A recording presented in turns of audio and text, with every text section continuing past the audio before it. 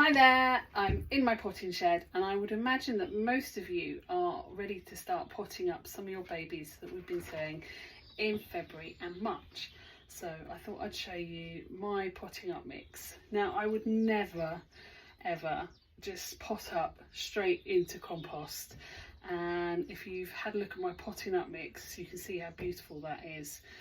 This is some compost here. I've got 60 litres here, and if that gets wet you can see that's what you'll be growing into once it's wet, and it could you can get dampening off and all sorts of rotting of your plants. It's not very good. So you need to treat your compost like one of your ingredients, and if you're thinking about a cake, this would just be like the bulking out like flour or something like that. So this has been outside and it's got rainwater in it, which is the best gold standard water to have.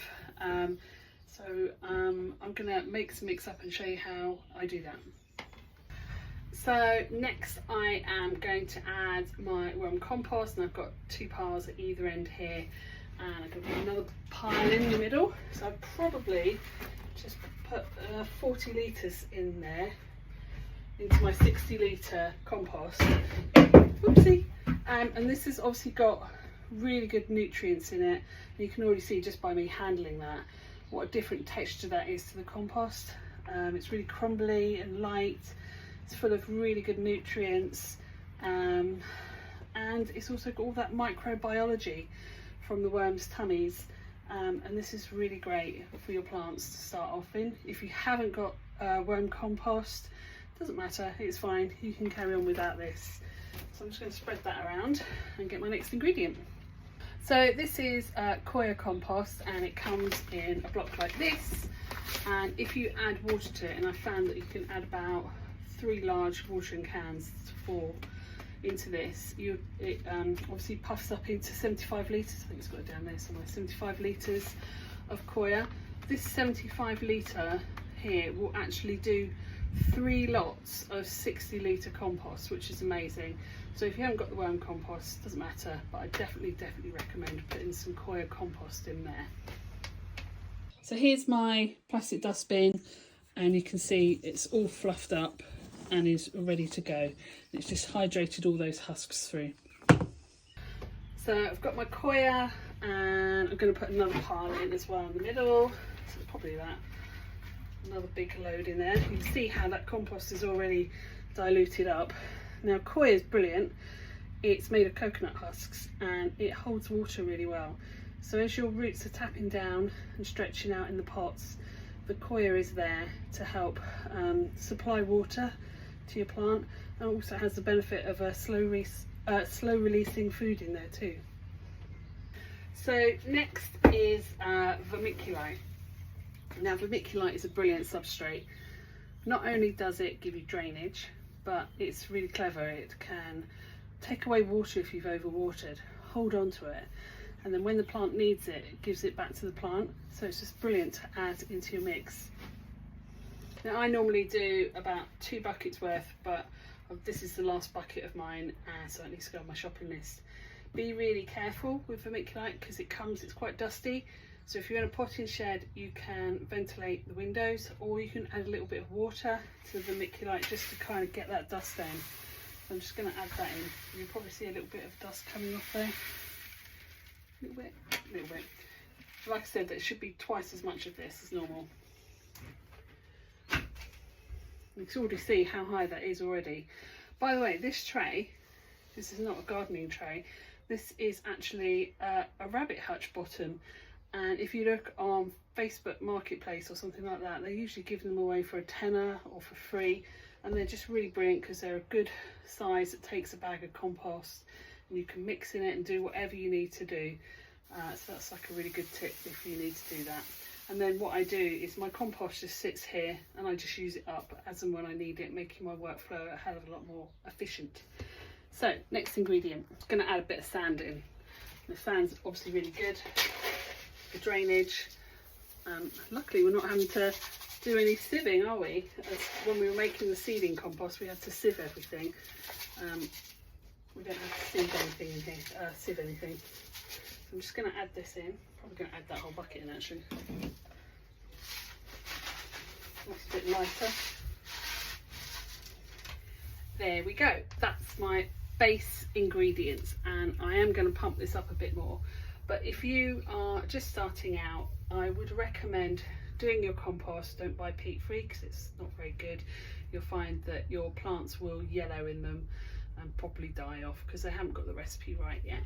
So I choose a good compost. I would definitely add the coir because it has that substrate of being able to hold on to water for your roots, the new roots of your babies, to make sure that they're watered. I would definitely also choose the vermiculite because the vermiculite is also good for drainage and again good for holding on to water as well and giving it back as and when it's needed. So if you were to do just 3 things, I would do those 3. Right, now to the exciting stuff. So basically I have many chickens and we eat eggs. And so I literally have this tray in the oven which is forever holding shells and baking shells as and when we eat the eggs, and I save them up. So I cook them off and then grind them up, and I always add them into my compost because it's good drainage, but also it's great calcium for the plants and great calcium for the soil as well. So I'm going to add that in. Next is an easy one, and you could do this at home if you wanted to, is we're just going to add a bit of bloodfish and bone into my soil because that is food. So I'm just going to add a sprinkle of that all around, just a sprinkle. And then I've got some gardening Epsom salts. This is brilliant for conditioning your soil and also stops your plants from yellowing. So I'm just going to add just a little sprinkle of that as well. Then I've got a little bit of NPK, which is just again like another little food for the plants. It just helps them grow really strong and helps them to flower, so just a little touch of that as well, little and often. And lastly, I've got a little bit of mycorrhizome powder. Now this is really great because it has a symbiotic relationship with your plants.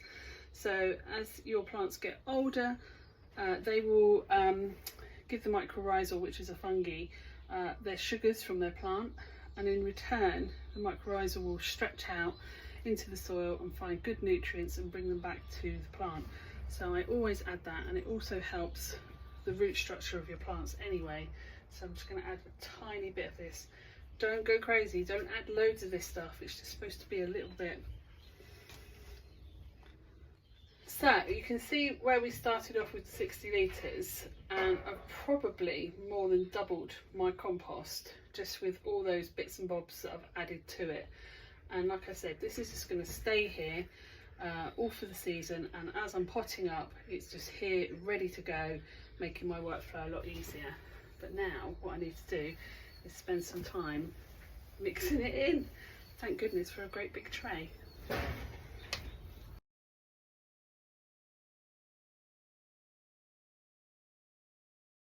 There we go, so it's all mixed in now, and you can see how beautiful and crumbly that mix is.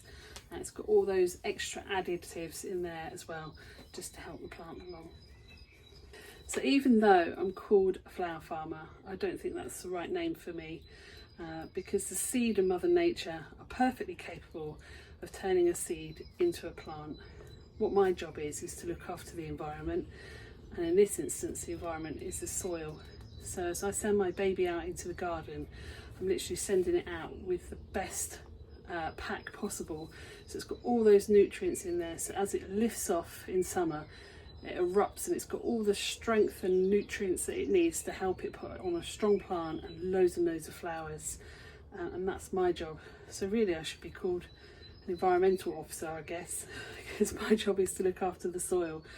Or if you think about it, at the very beginning of the stage with the seed, I'm looking after the environment there because I'm providing that takeaway pot with that good soil in there again, and providing the humidity and the heat and the light so the seed can actually germinate. So here I'm just looking after making sure that my baby has the best chance possible when it gets into the garden with its own little power pack to go with it. So don't just use compost. Just treat it as one of the ingredients, and if you need any of the other bits, I think I've got some of them on my shop, and just give it a go and see what a difference it makes with the strength of your plants. And I hope to see you again soon. Bye!